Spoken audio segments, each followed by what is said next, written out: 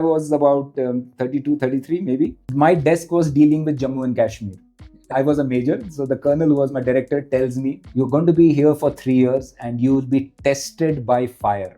Pressure when it gets internalized creates individual stresses. The point again and again we say in the army is, India में एक ऐसी institution है जो extreme pressure conditions handle करने के लिए design, train और टेस्ट की गई है. वो है इंडियन आर्मी. आर्मी में प्रेशर सिचुएशंस कोई एक्सेप्शन नहीं होती, ये एक्सपेक्टेड होता है और उसको झेल पाने के लिए एक सॉलिड प्रूवन मेथड अपनाया जाता है. सबसे इंपॉर्टेंट बात यह है कि आर्मी में प्रेशर सिचुएशंस को इमोशनली नहीं, सिस्टमैटिकली मैनेज करना सिखाया जाता है. आज के एपिसोड में हम इंडियन आर्मी की इसी प्लेबुक को समझने वाले हैं और इस कॉन्वर्सेशन को अनपैक करने के लिए आज हमारे साथ हैं major general Ravi Murugan, Indian army के रिटायर्ड वेटरन सीनियर ऑफिसर. उन्होंने 2019 में कश्मीर में राष्ट्रीय राइफल्स की एक काउंटर इंसर्जेंसी यूनिट को कमांड किया. उनकी आउटस्टैंडिंग लीडरशिप और सर्विस के लिए मेजर जनरल रवि मुरुगन को परम विशिष्ट सेवा मेडल और अति विशिष्ट सेवा मेडल से भी ऑनर किया गया है. आइए मिलते हैं मेजर जनरल रवि मुरुगन से. आपने आर्मी की लाइफ देखी है. आर्मी से ज्यादा high pressure environment, I don't think anybody is dealing with it right now, right? Yeah. So you're always under pressure, you're always have to deal with unprecedented things and unplanned things, right? And अब आप startups को advise कर रहे हैं, right? So वो environment, वो high pressure environment and ये startup pressure environment, इसमें आपको क्या difference दिखता है? और my question would be कि what learnings from your army days or what frameworks from your from army can the founders adopt in startup world to just perform well under pressure? It's I mean आपका सवाल तो बिल्कुल सही है, because pressure चाहे वो the military domain में, of course वो different kind of pressure है, maybe a little more extreme, because a lot of combat pressures are life and death pressures of getting it right, because lives should not be lost, right, or innocent lives shouldn't be affected. So those are the kinds of pressures you feel in terms of a combat leadership. right. But that apart, a lot of the army functions during peacetime, and the pressures during peacetime are nearly as much, may not be, the consequences may not be as extreme, but the pressures are nearly as much even in a peacetime routine for the military, because right, you have to prepare for an eventuality, right, which can happen anytime. And we saw that in Op Sindoor, it yes, happened anytime. So you can't predict irrational actors' actions. yes. So if that happens, तो तैयारी की जरूरत है. तो वो pressures आपके उस time पर भी peace time functioning में भी आपके वही pressures हैं. Right. Similarly, I fully empathize with startups, because a similar kind of pressure on functionality and delivery, right? To function right and to deliver something. That is the exact pressures which the military needs to deliver 100 times out of 100. You cannot afford a failure anywhere. And a startup is also in the similar position, because a startup, for its existence is at stake. Right? If it doesn't deliver, it collapses. Right. And we see that happening. I know some figures I was seeing, 90% of startups just close down. Byju's का example आपने दिया. Byju's has closed down. Closed down, exactly. No. The military is fighting and functioning to ensure the safety, security, sovereignty, and territorial integrity of the country. Right. So both have got different end states, but the types of pressures are similar. So इसमें एक चीज मैं जो military का है, and as we go ahead we will try and see कि क्या, what is the environment that the military functions in, and how does that help in it being more resilient, right?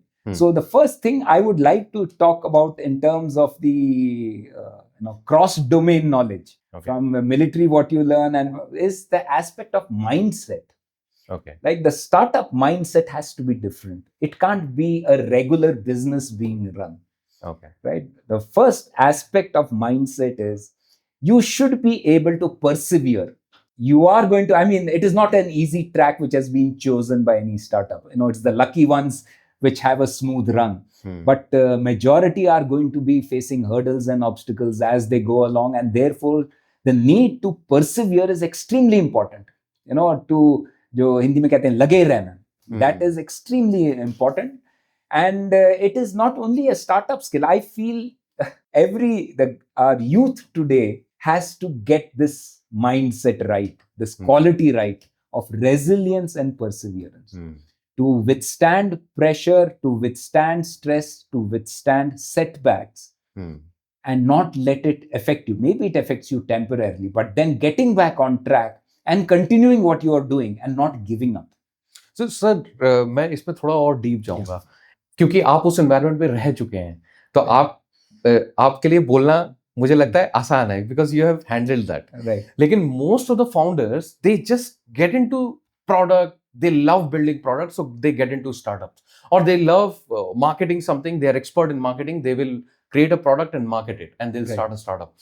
But ये जो pressure handle करने का और जो Perseverance का, long term सोच रखने का जो मेंटालिटी है, वो शायद उन्होंने नहीं सोची होगी स्टार्टअप शुरू करने से पहले. तो मैं एक लेवल डीप और जाऊंगा.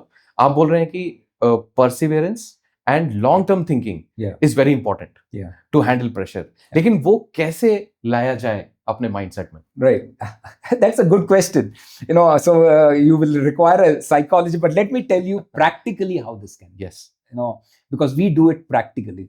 Practically, whether it be willpower, whether it be perseverance, these should need to be treated like muscle.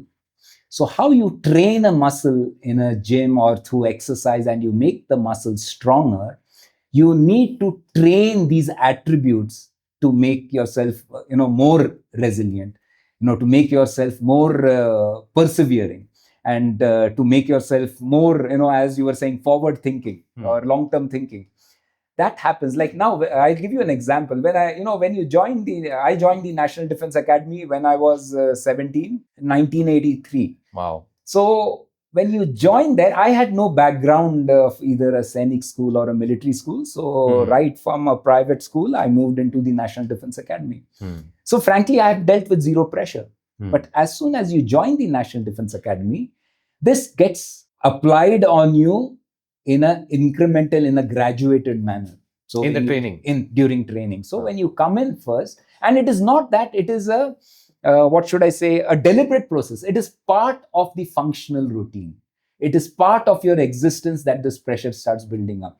So, and you join squadrons. When you join National Defense Academy, you join squadrons. So I join a squadron as a young, first termer today. In our time, first termers were kept separate and they came to the main National Defense Academy in the second term. But nowadays, everybody goes in to the main one. We used to have something called a wing.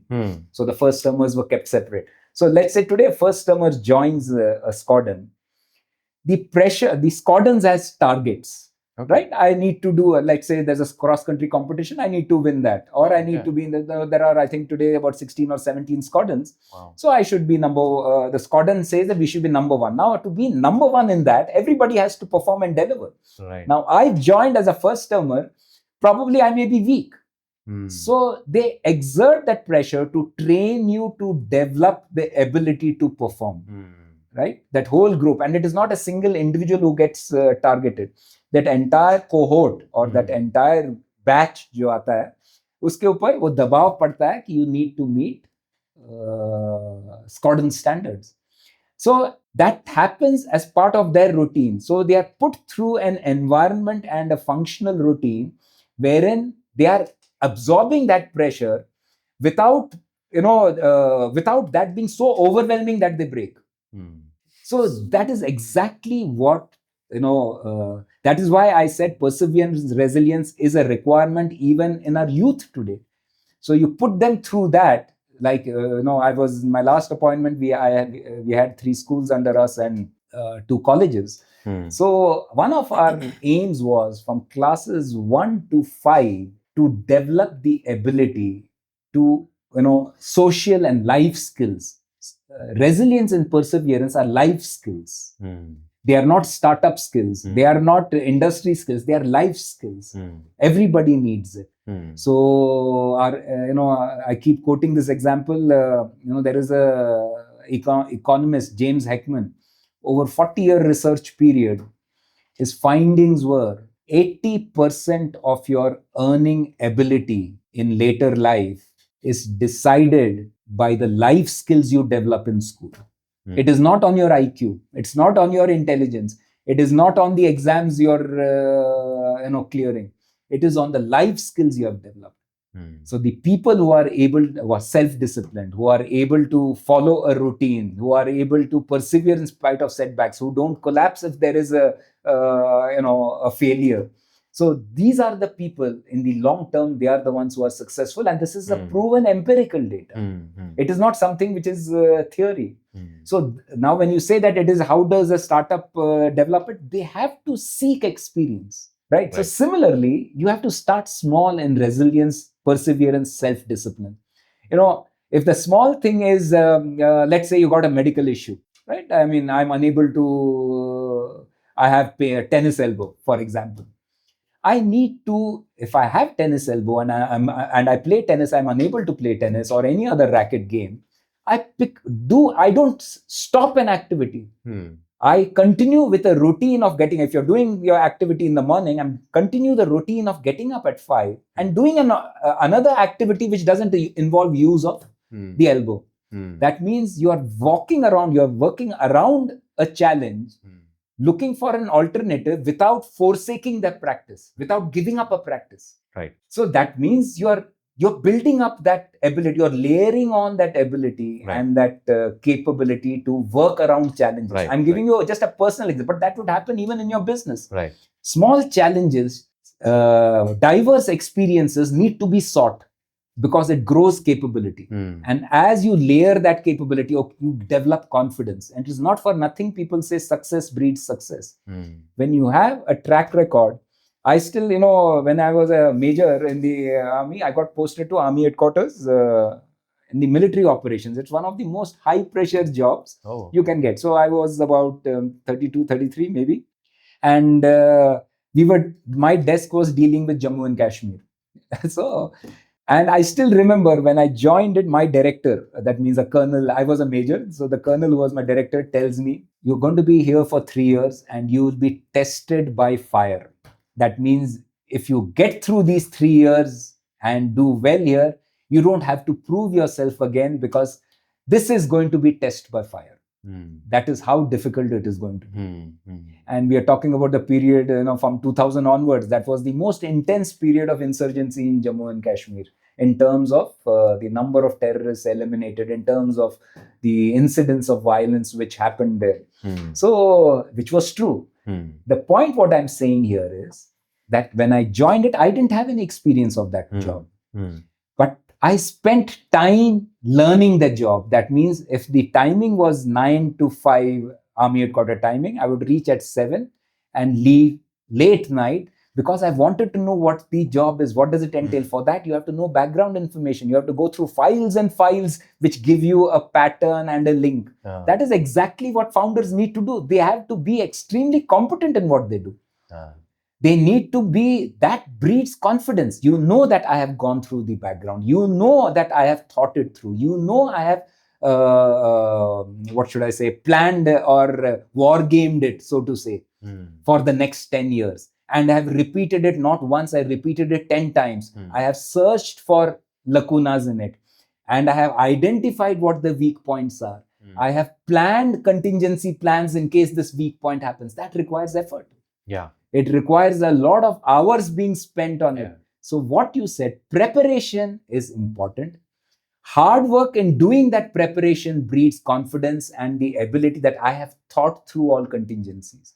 Even then, you may be surprised, but even those surprises you are able to deal with because the black swan, you call that black swan event occurs. You think, okay, I had thought about it vaguely. I know there are certain steps I can take.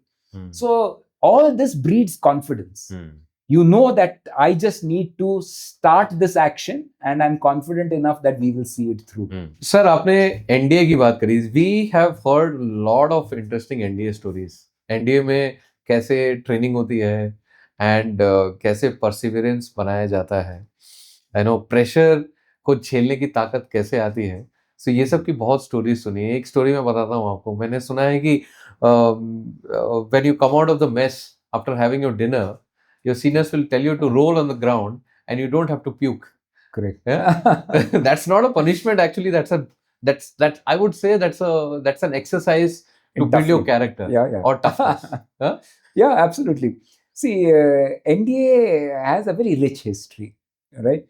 And it's a proven model. The product from NDA comes out with all those attributes you require a combat leader to have. So it catches you young. As I said, you're 17, maybe 18 when you join NDA, and by the time you finish your 3 years, you're now matured into an adult, 21 or so.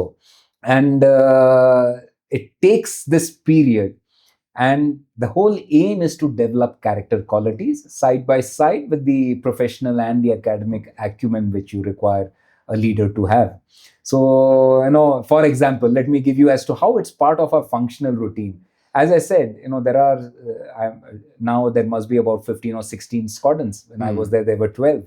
So each event is a competition. That means if there is basketball happening, football happening, it's an inter-squadron event. In an inter-squadron event, each squadron has about 150, between 150 to 200 people, cadets. And it is not one team a squadron provides. It makes 7 strings. That means there is a first string, second string, third string, fourth. That means virtually everybody has to play. But the competition is pitched against a similar competition of the other squadron. That means a 7th string plays against a 7th string, a 5th against a 5th, first against a first. So it is the competence matching or skill matching is done. Why is that done? It is because to develop the habit of participation and competition and team spirit. So otherwise, and if you just field one team, there are hardly 10 people who are going to get that experience. Here, virtually the entire lot gets an experience of being part of a string and fighting competitively. And why does that matter? Your final squadron standing is the final positions of all strings. So even if I'm the last string and I'm fighting or playing against somebody else, I know my performance matters because that squadron's final position is going to be decided by the performance of each of these strings. Now, let's say I'm practicing for cross-country. Cross-country is a very reputed or extremely prideful event in the NDA to win that. So the squadron practices. Nearly every day you practice. And let's say we do badly in a practice. You are sent immediately back into that 12 to 15 kilometer route. Anybody would think that it is a punishment.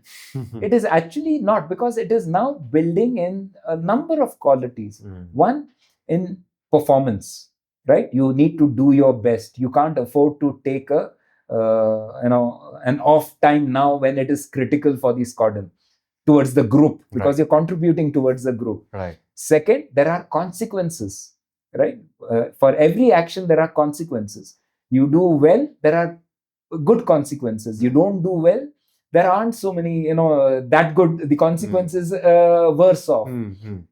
Third is to, it develops group spirit. Now, when you're sent again, everybody is sent again. It's not just one person or the weak person. Even the person who has done well goes as part of the group. It brings in a lot of solidarity. It brings in camaraderie. It brings in team spirit. So what I'm taking from this is, in a startup world also, or in a corporate world also, right? If a mistake is done, we tend to single out things. Exactly. So I think that's not the way to do it. Absolutely. You have to put the entire team together in this. Yeah. And not blame only one person, so that the team next time it builds a muscle memory, and next time it doesn't. It's more collaborative. Yes. The whole issue is, but the point you raise is absolutely right. One of the biggest issues I find in startups, forget startups, in private industry is this aspect of bringing in contributions from the both wider and deeper. That means you want everybody to contribute to the performance, right? It should not be hierarchical. Hierarchies are fine in a symbolic manner, but ultimately you want participation from everybody. This example I keep giving, everybody says I take feedback. The issue is, how do you take feedback and what do you do about that feedback? So what you said is, in any such organization, when you want the team to participate, you need to function as a team. You need to seek opinions, because ultimately the person dealing with that code is at the cutting edge. The person dealing with selling that product is at the cutting edge. Unless you bring him on board and tell you as to what the issues are, why aren't we really delivering or matching what targets we have set for ourselves, how are you going to improve that in terms of performance? So you need to make it so much more participative. The good thing is, many of these startups are with that culture, a flattened culture. But the participation and the collaboration needs to be encouraged and fostered. So unless, and I think sir, अगर वो चीज आ जाए like a collaboration, तो pressure भी थोड़ा कम हो जाता है. Absolutely right. It's not a single individual's pressure. Right. Though I would say that many researchers have claimed and proven that some type of pressure is definitely required. It's not bad. Right. But extreme pressure for a longer period of time converts into maybe stress, which is then harmful. So how does army avoids this in situation that an officer, when posted in peacetime or some crucial locations, they don't the pressure is there, but it doesn't convert into stress. Absolutely. The two things and you are absolutely right. Even I would say, as you said, pressure, when it gets internalized, creates individual stresses, right? Pressures on an organization, when it gets internalized, gets organizational stresses. A certain degree of both. I would even like to venture that a certain degree of stress is also necessary for the right performance. There has to be a certain degree of apprehension in your mind, where when you want to that's only then do you put your best foot forward. But if you internalize it in a manner wherein it starts affecting your health and performance, then it is now transitioned to the wrong zone. So there is a need to stop it as long as it is providing optimal benefit. So now the question is that how do you do that? How do you ensure that you respond positively to pressure without internalizing it in a negative manner? So the thing in this is actually, the first thing is habits. You need to have both in terms of individual and work habits. Your habits need to be extremely streamlined and may I use the word regimented, right? In every profession, there are going to be pressures. You require certain anchors in your life. Those anchors keep you stable, and the anchors tell you as to whether this thing needs to be taken beyond a certain level or not. So how do you do that? In every person's routine, there has to be certain constants. Environment changes, the pressures change, the company's requirement changes, the requirements in terms of various other challenges, the goalposts keep moving. But you're individually one, there should be certain routines which should not change. For example, like my CEO himself said, he doesn't get enough sleep. There has to be a deliberate attempt to switch off from the pressures which your work or your life brings to me time, to ensure that you're spending enough time. One thing is certain: if you're not fit enough to handle pressure, or if you're not fit enough to handle stress, it is going to affect you far more adversely. So the only way to keep yourself fit enough to do that is to always have set routines.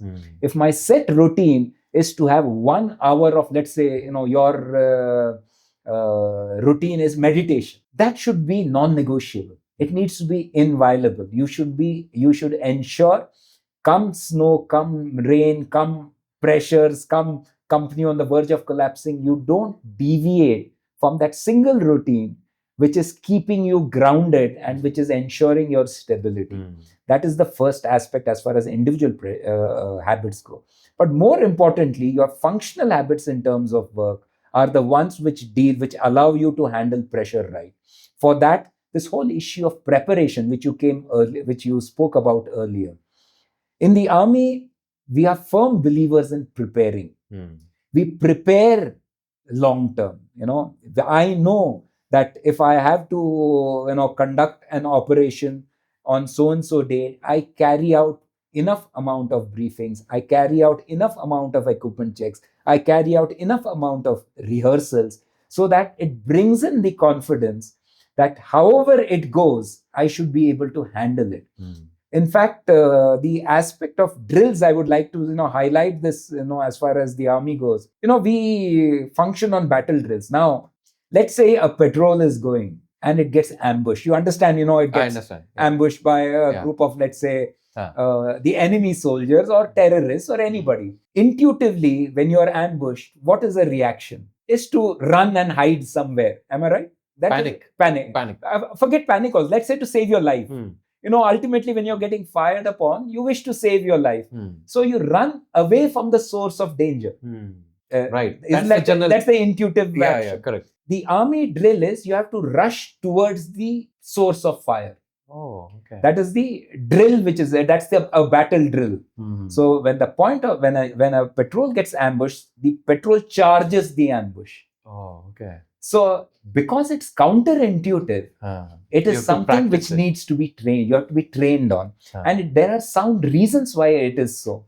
Because you're closing the gap fastest. Right. You are now putting the person who's ambushing under pressure because you're firing and closing in much faster. Right. Rather than running away, creating distance and giving him more time to pick you off, you are closing and you are assaulting that position of the ambush and preventing him from getting settled into it, and in fact putting the ambush party under pressure.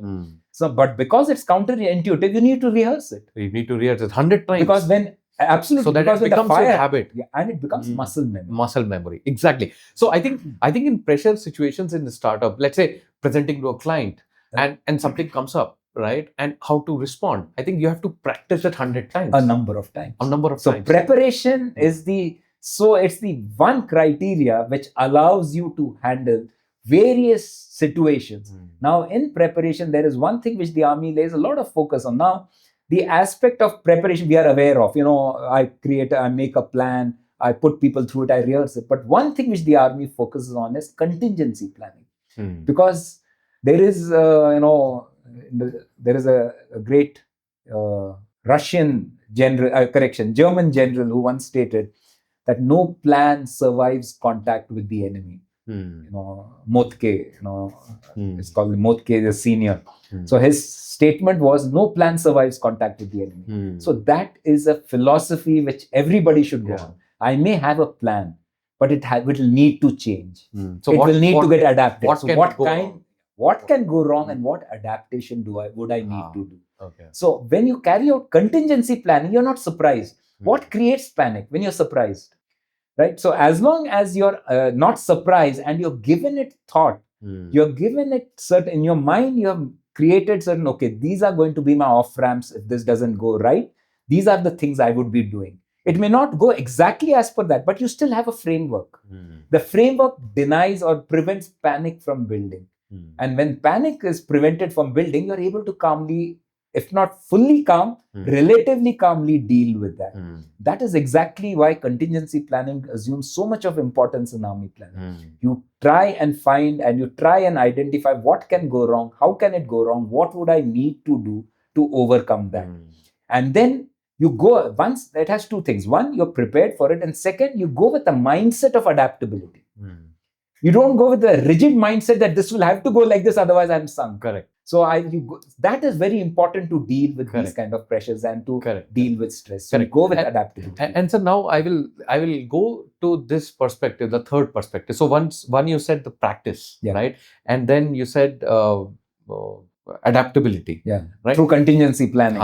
So first you said practice and then contingency planning. If something goes wrong in that plan, right? I would go to third perspective, that when your planning changes to your contingency plan, how you should behave. Some people panic, some people start shouting, and this happens in corporate world also. Absolutely. We have seen our bosses shout when something goes wrong, right? And so how to handle your personal character in such times under pressure? Absolutely. So there are three things. That's a good question. It's all okay in theory. I fully agree that ऐसा करना चाहिए, ऐसा होना चाहिए. But when the actual situation happens, वैसा होता नहीं है, because Right. instincts take over. Right. So we will start again with this. The first thing is that the more you think, you have to think about it.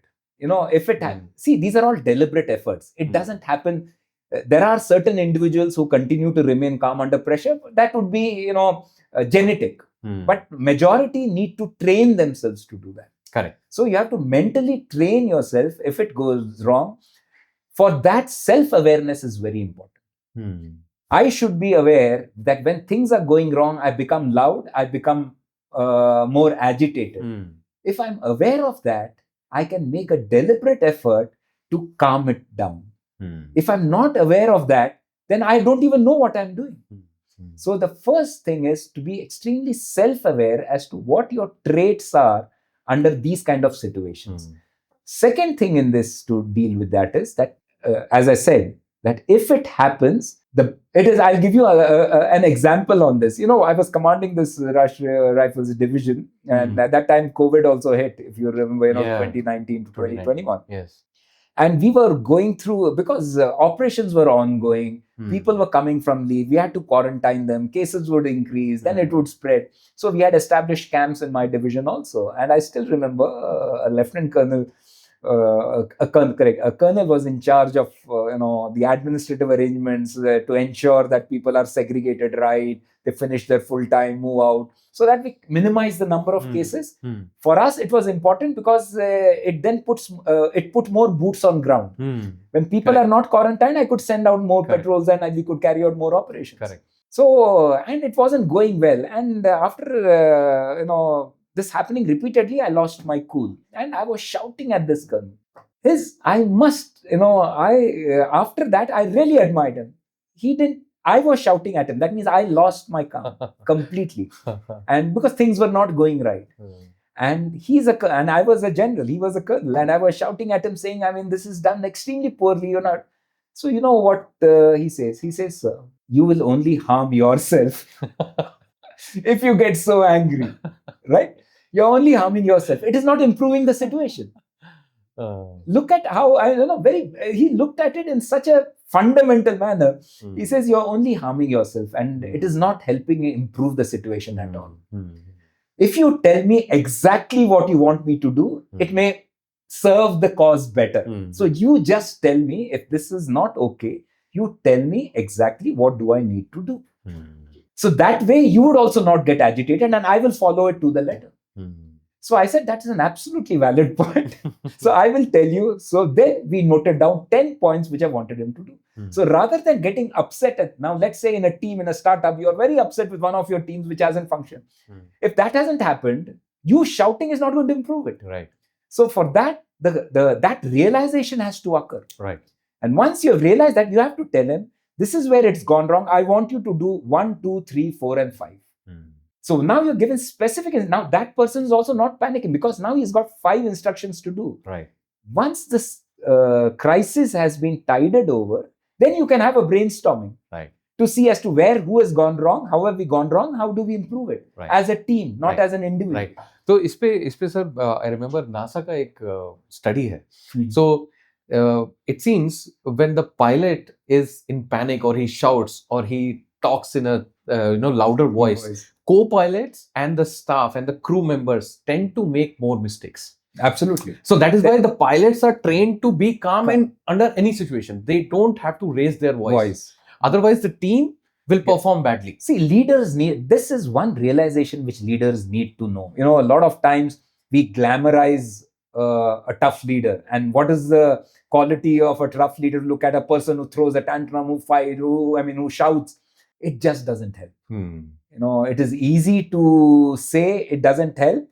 It is far more difficult to ensure that you don't fall into this repetitive pattern of losing your cool and losing temper or panicking under such situations. So these are some things which we need to train our leaders for. They need to have, they need to buy in this. It is not helping anybody's, it doesn't help the company, it doesn't help the team, it doesn't help yourself. True. You're putting your health is under risk now. True. Yeah. So and so under pressure situations, mostly we don't have all the data to take decision on. Absolutely. Right. But the perception is ki, you should take perfect decisions. Yeah. Now, in case of army situations, yeah. right? Again, both in wartime and peacetime, I don't see you hardly have enough data to take a perfect decision. Absolutely. So how do you go about it? See, this is,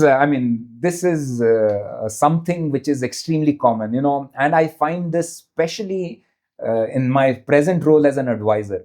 People waiting for 100% information and therefore not taking any decision at all, because that becomes an exit or an excuse valve for them. Correct. Right? That, I don't have the entire.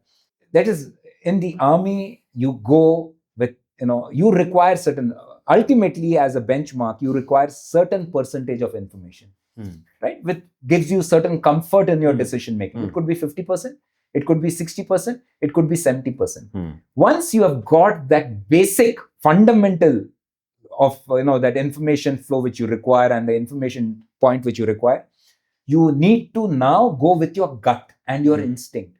The point again and again we say in the army is, average plan well executed will beat a perfect plan executed late. Right? Okay. Acme of a leader is to identify what is a critical piece of information I require. Right. And now I can go with my gut. Or I don't have this critical piece of information. I cannot go ahead because it will kill the project or it will lead to failure. Right. That is the acme and the capability. I think, sir, that word that you took is right. Failure. The preoccupation of your mind with failure, right? That is something that people cannot let go. Right. And this becomes a roadblock in moving ahead, in taking decisions. Right. Now, again, from the army rule book, how do you handle that? Yeah. See, in the army, especially in combat situations, failure is not an option because lives are lost. Right. The success of that mission is at risk then. So failure is not an option. So you try to maximize your chances of success. However, even with the maximum effort which you put in, you could fail. Or rather, you may not be successful. I wouldn't use the word you could fail, but you may not be successful. The army actually takes a very mature view of that. In that if there is an operation or an event or a function, an activity which is not successful enough or as per our estimate where it should have been, then we carry out a deep analysis of it. We don't look at it as a finality of a situation.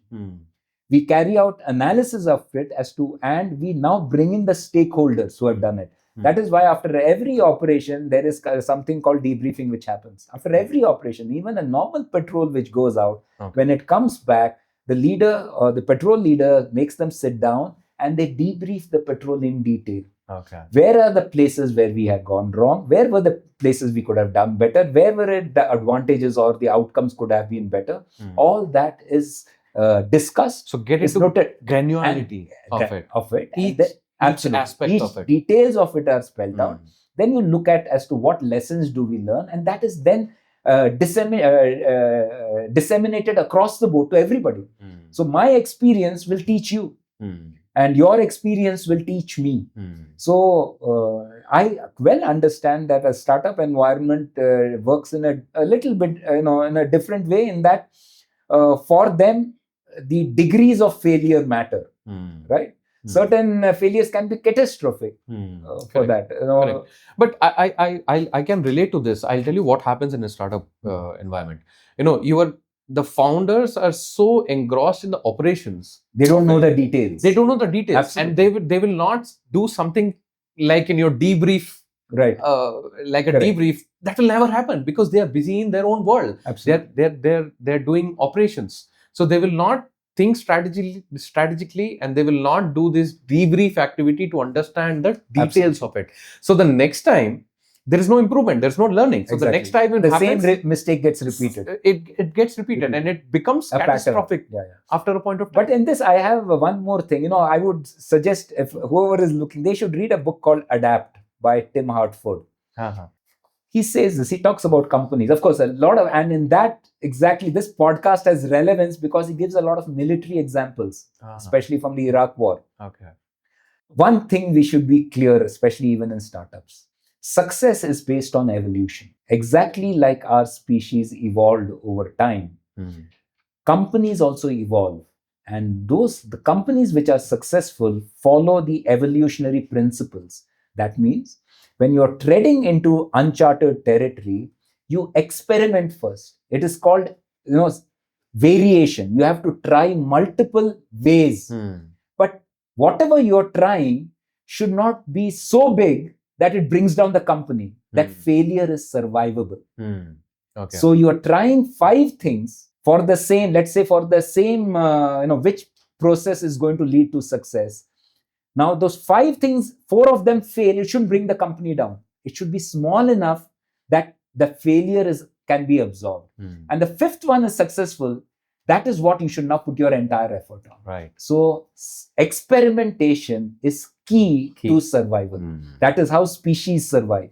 And it is, again, biologically, there are a number of experiments carried out which shows how fast these adaptations occur once you know what works. You see it in species also. How fast, the changes which take place in an organism or in a creature based on what succeeds and what it discards what fails and it reinforces what succeeds. That is what startups need to follow. It can't be that I put everything in one method or in one path and I don't know whether it's going to succeed or fail. So you need to try. So select variation, selection, that is experimenting, multiple variations, selection, then make failure survivable and reinforce success. So that is the principle which I think most startups should follow. Yeah, I think that's a great framework for startups, sir. And I'm glad that you have translated it from the army experience for the startup ecosystem. But they should read this book because that person writes it very well. Okay. Thank you, sir. I think that was a great conversation with you. Thank you for sharing your experiences with us. It was Thank very you so exciting. Much for inviting me, and I really enjoyed